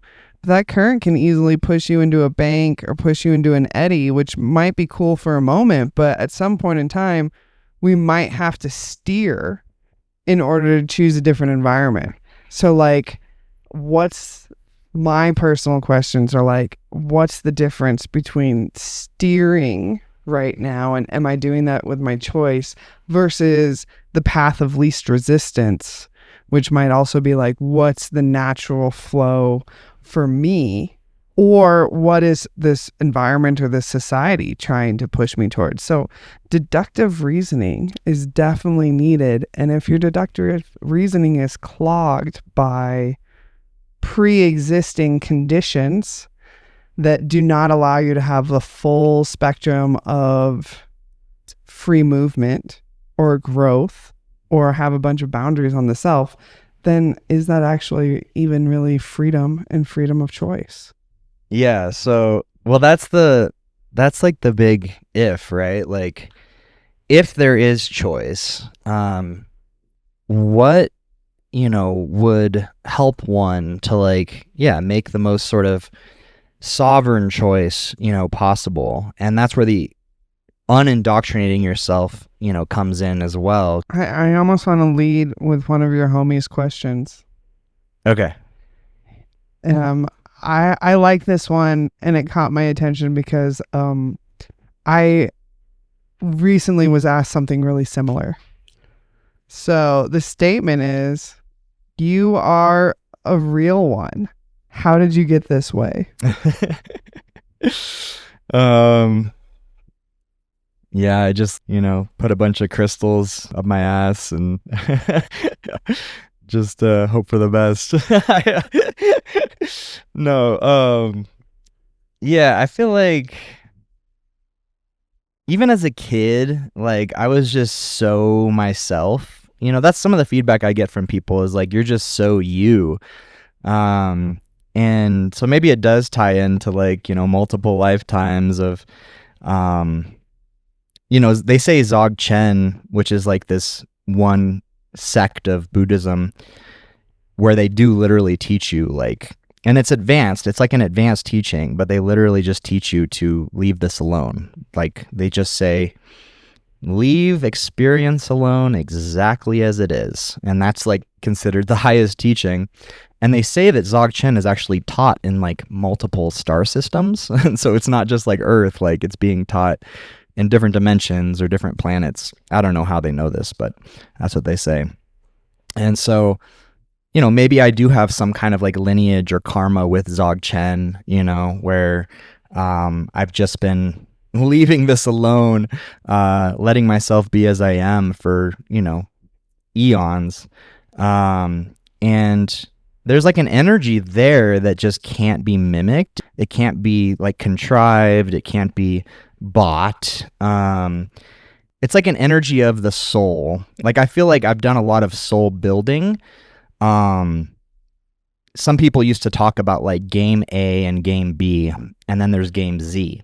And game A is kind of like the conventional game that society is playing with all the roles and the rules and get the job, get the girl, get the white picket fence, you know, have the kids, blah, blah, blah. And then game B is like looking at, you know, just alternative styles of living, like a lot of people in Crestone and Moffat are looking at. And also just, you know, preparing for, you know, a new world and, you know, things changing, society, you know, crumbling, you know, the American empire, you know, in its last, you know, phase. And then there's game Z, which has been referred to as soul building, which is kind of what we're doing right now, which is just like having conversations with friends. And, you know, I have friends that like, cause I'm magnetic in, you know, some odd way. Like I have a lot of friends who they'll just, I don't call them very often, but they just call me because they like to talk. And we have like the funniest conversations. And you could say from one perspective, what is that like game Z soul building, where we're just experimenting, you know, with different styles of relating with each other, different styles of being silly. And all the while, even though it's like fun and it doesn't seem like you're doing like work or anything, you actually are like building up your personality or building up your soul in some ways. And so, yeah, I really value those like friendships where you really feel like you can just let your hair down and, you know, be however you want to be. And the other person is, you know, gonna hopefully enjoy you. And yeah, so yeah, I don't know. I think as far as like how I became a real one, you know, it's just the un-indoctrinating myself, just letting myself be myself, like letting myself indulge in whatever, you know, I feel drawn towards, and yeah, being really okay with like, yeah, just a very simple, you know, a simple life. I don't know, it's getting kind of hot. Maybe not being afraid to lose friends or acquaintances by being yourself. Exactly. Yeah, I think some people, the whole like playing small thing that they sometimes say, I think is directly that, you know, it's like people who are scared of losing something. Also, does that not feed into our narcissists? If we are already catering and then you come across someone who demands that sort of catering. Say that again, like someone who demands being catered to. Yeah, demands an environment where people actually do play small to them. You know, the ones that do have to reaffirm their reality, their dominance, their perspective continuously, and then therefore everyone around them has to too. And so if you know, are in fear of losing relationships like that, then you just feed into this other person's need and their belief that reality will work that way for them. Right. Yeah. Yeah. You basically enable, you know, whether it's a narcissist or a sociopath or someone who we don't even need to like put those labels on it. But there's a lot of like people who they conspire, like they co-conspire with each other to both like play small, so to speak, where, you know, one person really likes to have, you know, their needs catered to, the other person. That's like the whole empath narcissist dance, you know, that happens, and why a lot of people come to therapy to like, you know, extricate themselves from that dynamic where, you know, the empath essentially gets tired of always catering, you know, to the narcissist's needs, the narcissist's manipulation. And, you know, then the narcissist is like, you know, if they don't have that energy source anymore, because they get some kind of energy, you know, from the empath, you know, then the narcissist also has to figure out either a new energy source, a new victim, or, you know, they might even have to grow. You never know. Okay, next homie's question. How did a little nerd like you make it to Crestone from California? Just nerding out, you know. It's like I definitely am a nerd in some pretty profound ways, but I would say that I'm a cool nerd versus a lame nerd. What's the difference? Can you explain the boundary? So, you know, the most important difference is just that you believe that you're one of the cool nerds. So as long as I believe that, then that makes me one of those. But I feel like the cool nerd thing is like I do play a lot of video games. I do love video games, and like I do collect music, kind of like I'm a collector in certain ways. And I think, you know, sometimes nerds get kind of grouped in with, you know, collectors. And so, yeah, I mean, I see the nerd thing too as also just like intelligence, right? Like sometimes people who are nerdy, they get like made fun of or put down because like they're intelligent. But I think a cool nerd, you know, just like uses intelligence in a in a kind of free floating, you know, sort of funny, I don't know, a stylish kind of way. And for me, like what makes a lame nerd is, you know, someone who's trying to use their intelligence to, I don't know, dominate someone else or try to position themselves for status and in some way, or you know, it's just lame to like I'm gonna use the word separatist. Okay. Where like I get really annoyed because I also think I'm a cool nerd and I like nerding out with others. Yeah. And when the nerd won't allow themselves to nerd out with others and they can be the only nerd. Yeah, right. They have like some complex where they have to be, well, it's like the smart ass kind of complex too, where like they need to like feel like the smartest person in the room, and you know, they can just develop all sorts of bad habits, you know, based on their own survival sort of patterns and whatnot. But yeah, no, like nerding out with other people is so fun, especially about things that you love, like video games or music. It's like, I love nerding out about those things. Yeah. We're going to go back to women. Your friend here asked, what makes a good woman? Oh boy. I only like this question because of the one that he has after it. Okay. What makes a good woman is probably her having good parents. You know, it starts early. Parents who are emotionally available and, you know, held her a lot, and so she there goes about 65% of us. Well, that's right. I mean, it's just none of us really had ideal parents. I also realize that's like a part of the whole therapy thing too. It's like, as a therapist, I kind of take the role of the ideal parent, where it's, you know, I'm being someone who is interested in them, attuned to them, like enthusiastic just about who they are. They don't have to do anything, you know, in particular to like have my interest and enthusiasm.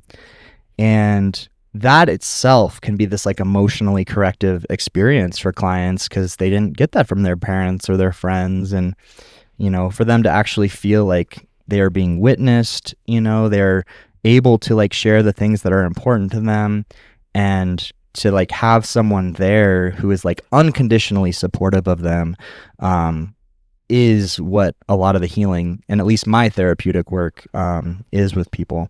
There's like things where some people, they just like really need to share vulnerably. They need to share what is like important to them, and they, for a certain phase, do need someone else to see that and receive that.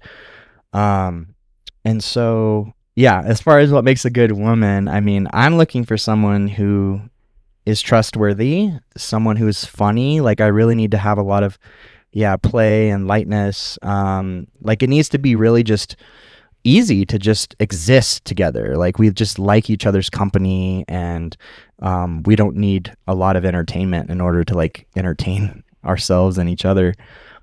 I mean, I do need a certain like look. Like, I'm very into aesthetics and like the person's face and their body, and like there is a certain standard there that needs to be met. I need to be able to like talk about deep stuff, and I have a lot of range, in just what I can and want to talk about, and so they have to somewhat be able to meet that range. They also have to be like kind to animals and kind to others and kind to themselves. In my dating history, usually there's at least one of those that they're not being kind to. And I just have to like see them in a lot of different contexts and see how they show up, and like, especially under stress, like what's their stress tolerance like. I need someone who's resilient, but also, able to be soft. And, I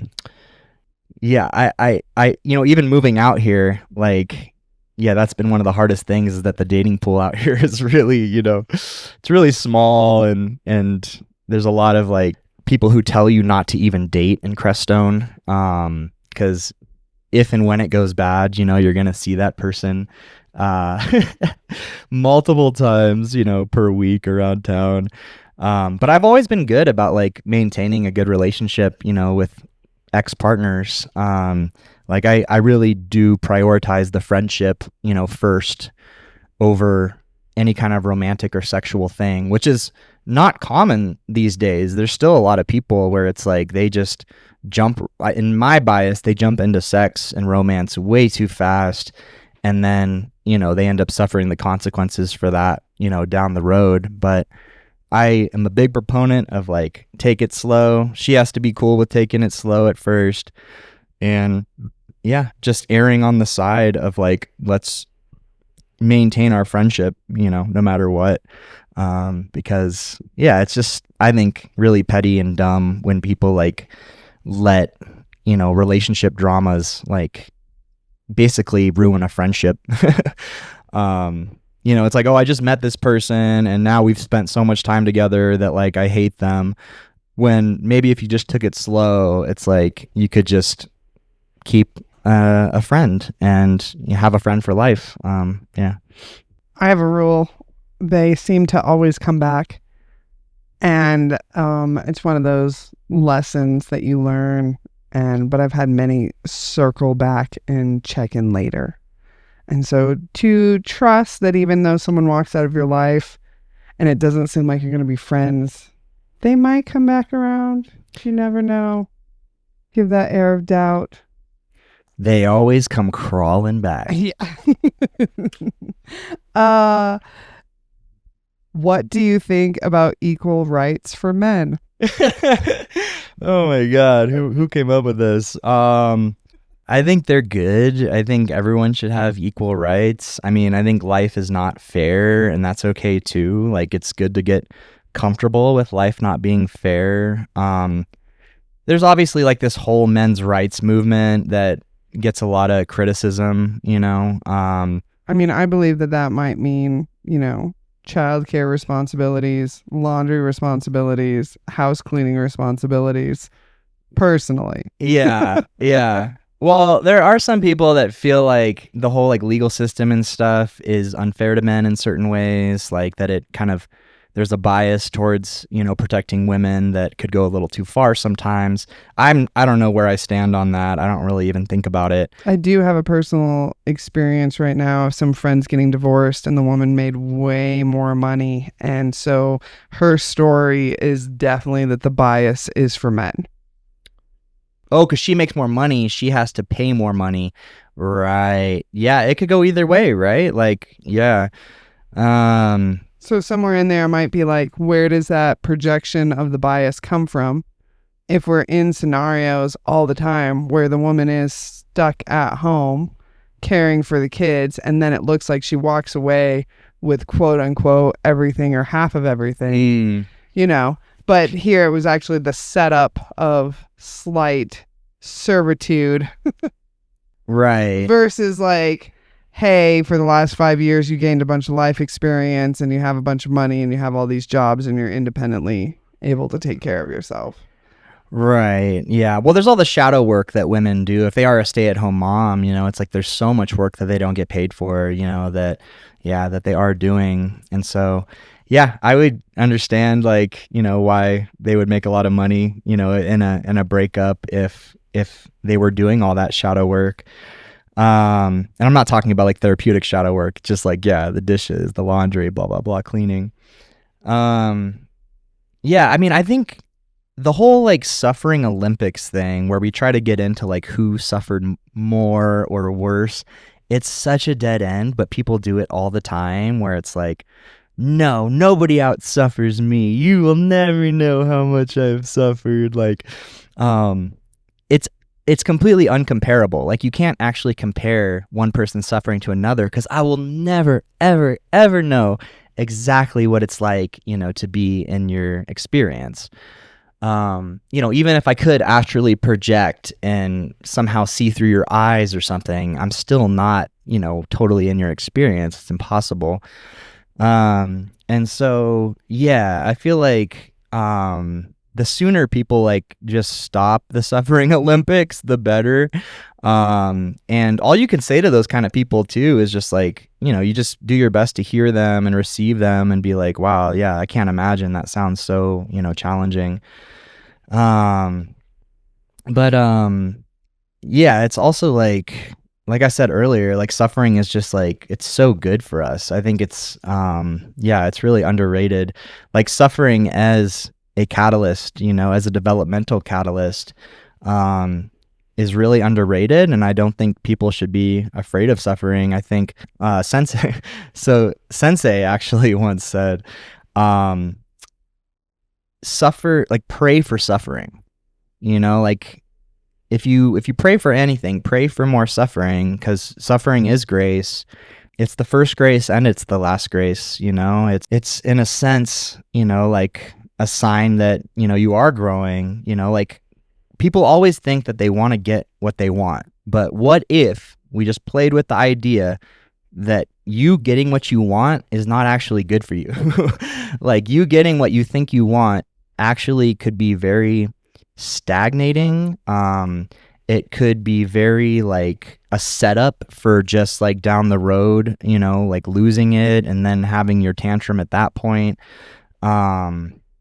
Yeah, in a sense, you don't really want to be successful at playing the social game, because then you're just going to be like identified with the herd, and when the herd goes down, you're going to go down with the herd. You don't want that. Well, and it seems like the social game only has room for so many personalities.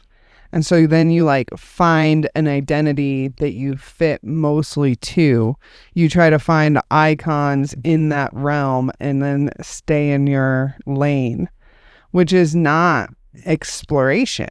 So here you now get into a relationship and it's like, do you even know who you are? Do you know who you are beyond these constructs that you tried to put on that are now your like safety net? That's now your foundational safety net. And if any of these delicate things get pulled out of your Jenga build, you're going to just like topple over. And then who do we see? Who are you really? Well, we don't really know who you are. We just know that you're not emotionally resilient. Yeah, exactly.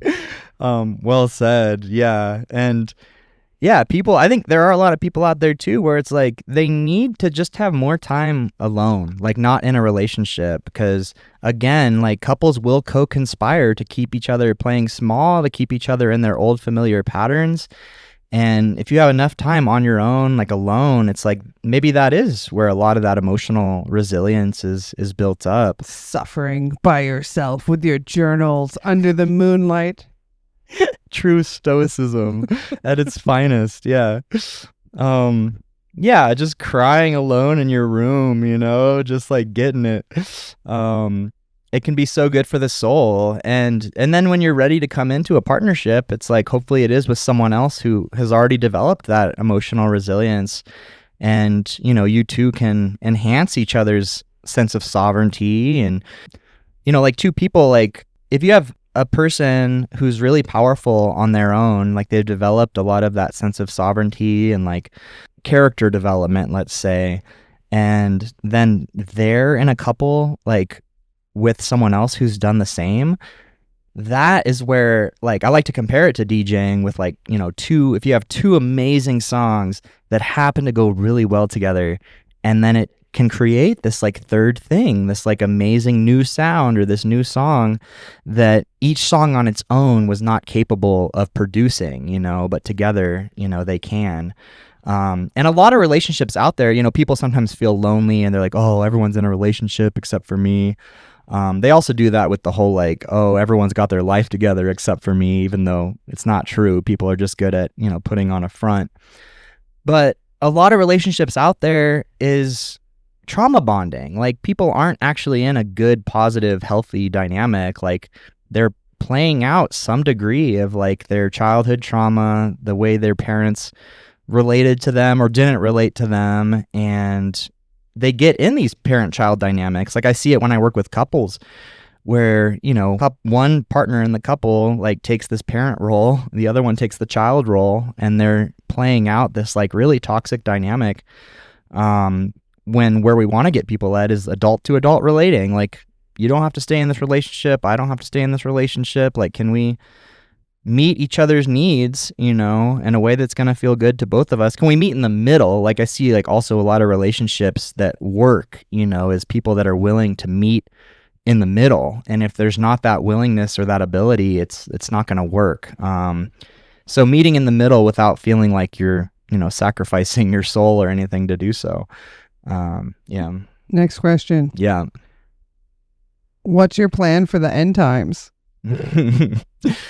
My plan for the end times is to go to my friend's house. I'm not going to share his name right now, but my friend has like a generator. The only friend not named. The friend that shall not be named.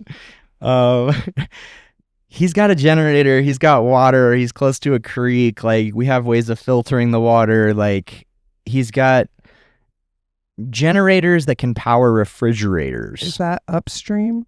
Yeah, this is very upstream. I'm gonna my end times plan is to just go way upstream. That's how I'm gonna survive. And yeah, like, and we might even have multiple people living there. Like, I don't know what it's gonna look like. You know, if the supply chains fail, it's looking like a lot of the, you know, Strait of Hormuz stuff is gonna hit us eventually, and you know, we could have, you know, empty store shelves. There's all sorts of things that could happen. It's also possible that nothing happens and things just kind of slowly just get better and better in their own way, or AI, you know, can, you know, either save us or kill us all. Like that remains to be seen, or kill some of us and save others of us. You know, we don't really know. Those that say please and thank you. Yeah, always say please and thank you to your chat GPTs, even though it's like killing the environment.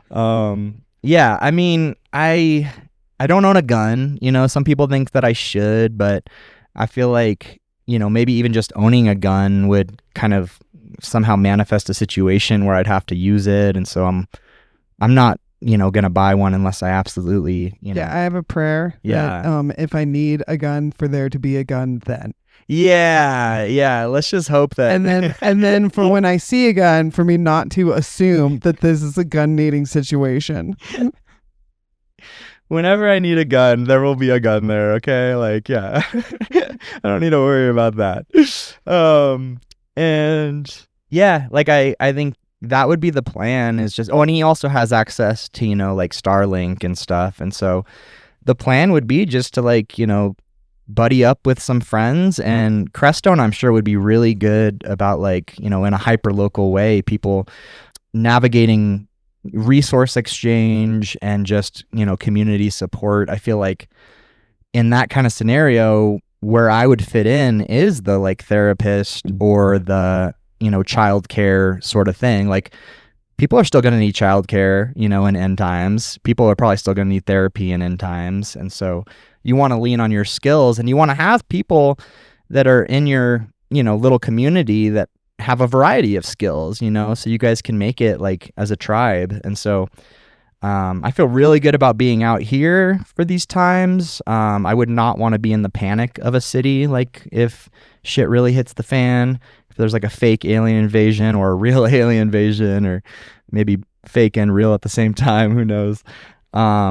I wouldn't want to be like in a city that just has a ton of energy and a ton of like fear, because people regress and people get really violent, you know, in times where they feel like their survival is threatened. And so I think I have, a better chance of survival out here. I also don't own a gun because I'm like, what's the end game? Like if I shoot one zombie, say, then am I going to have to shoot 5, 10? A baseball bat is more renewable. Okay, so if I have a baseball bat that has nails sticking out of it and it's got barbed wire wrapped around it, and I knock out one zombie, then I'm going to have to knock out 10, 20, 50, 1,000 zombies. Like, and that's my life now, is I'm just like whacking, you know, zombies' heads off with a baseball bat. Like, maybe I would rather just die with the first zombie than to like play out this whole like apocalyptic, you know, scenario. I don't know. I do know that during the quiz tests that would go out on the internet, and the one that was, will you survive a zombie apocalypse? I was the highest ranker of my friends. And one of my friends is that special kind of nerd. And so they went back through my questions, every single one of them, to figure out what I answered differently for their survival rate. And it came down to one question: never hole up. You gotta keep moving. Gotta keep moving. That's it. Okay. At any point in time you put yourself on lockdown, you can be surrounded. Yeah, that's it. Well, and that's the case for like going full nomad during that kind of scenario, because we have these mythological, beautiful mountains up in Crestone where if you had a whole squad and you guys just started, you know, getting and staying on the move up there, you could be killing your own deer. You could be drinking from the streams, you know, you could be going all the way up river. And yeah, I feel like maybe that is the best method to survive. I don't know. I can be kind of a, you know, a doomer in some ways, where it does feel like this is heading, you know, not in a good direction. Like, are we entering a golden age, or are we like entering the next mass extinction event? You know, I think it's... I mean, with each shift, I'm sure someone had a viewpoint of it both ways. Yeah. That the unraveling is, you know, like unlearning your own paradigms. Yeah, well, It seems like there's chaos theory until you get quiet. Right. Well, for me, it like brings up the whole thing of like mountains and valleys, where I feel like some people look at life as like this mountain that you have to summit. But what if these transitions to like a new paradigm is more like a valley that you need to cross?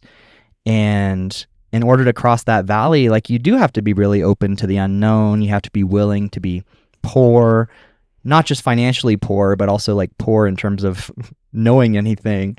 And once you make it through that valley, it's like you are energetically living in a new paradigm. Like I feel like that's the valley that I crossed living out here.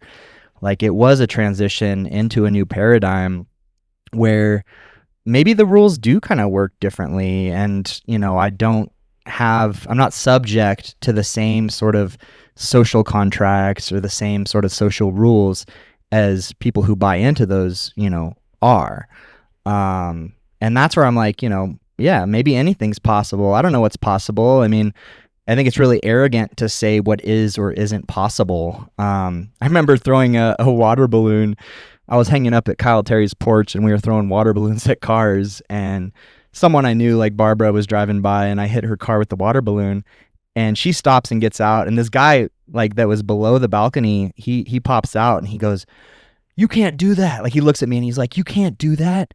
And I was like, I just did. Like, it's already done. And I was like, maybe you can't do that, but I can, you know? And so I find those kind of moments funny too, where it's like, you know, I'm doing the thing that other people say you can't do or you shouldn't do. And it's like, hey, it's already done. Like, I already did it. And so maybe you can't do that, but I can't.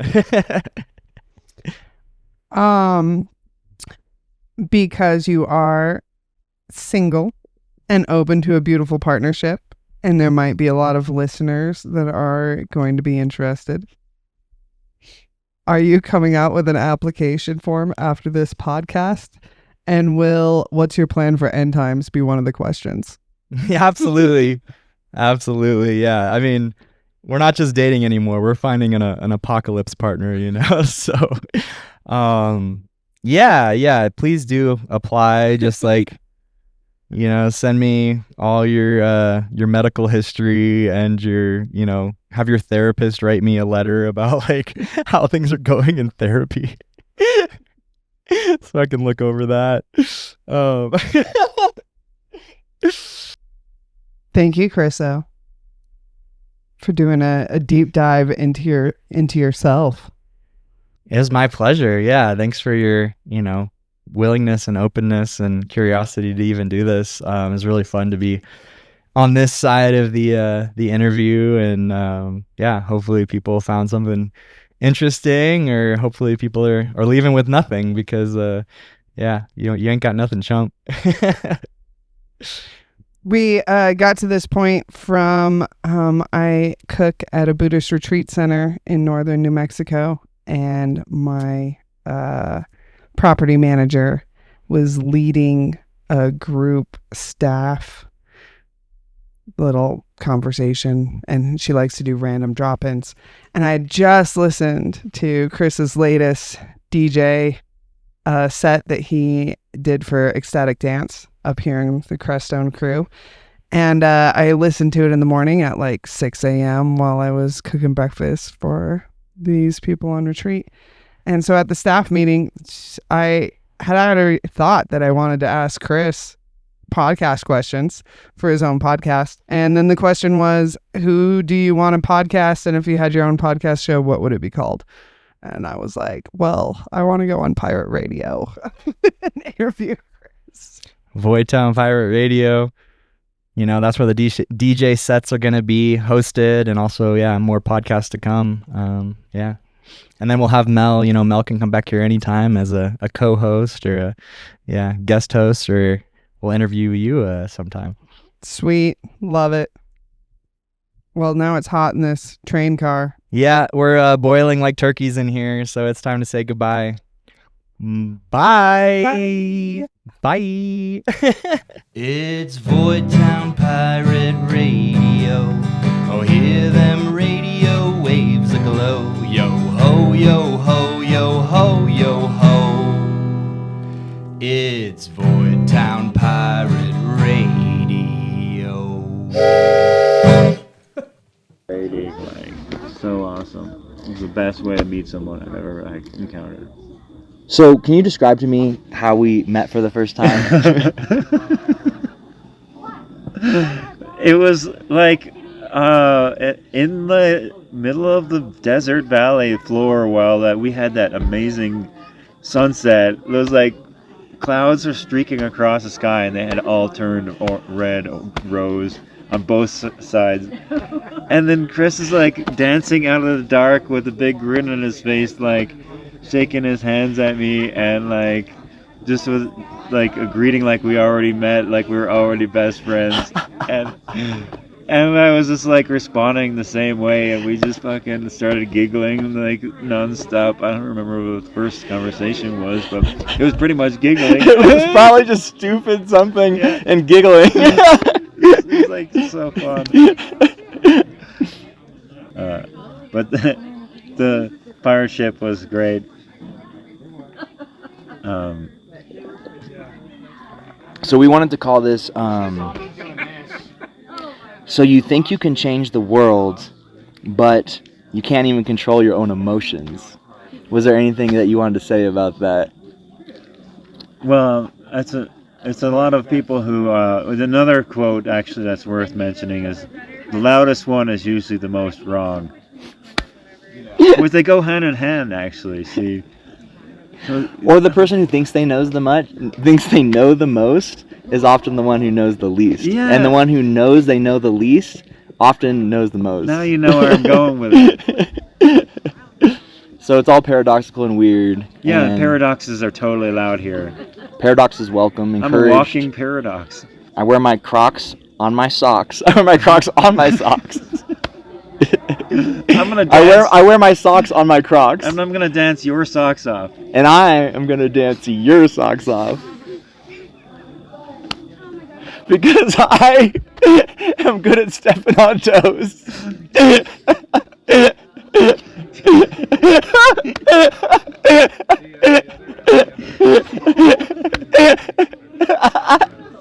Front of t-shirt, back of t-shirt. Yeah, it's $1 million idea. It's $1 million t-shirt. Yeah, it costs $1 million to even have the t-shirt. Yeah. For making one, it costs $1 million to like buy this shit. There's only one of them in existence. All we need is $1 million. We get in, we get out. We don't add any of this in there. We don't add any of this. We cut this part out. Hey, we got other ideas, so we gotta snap to it. Yeah, sorry, we got our next idea now. We gotta go do that.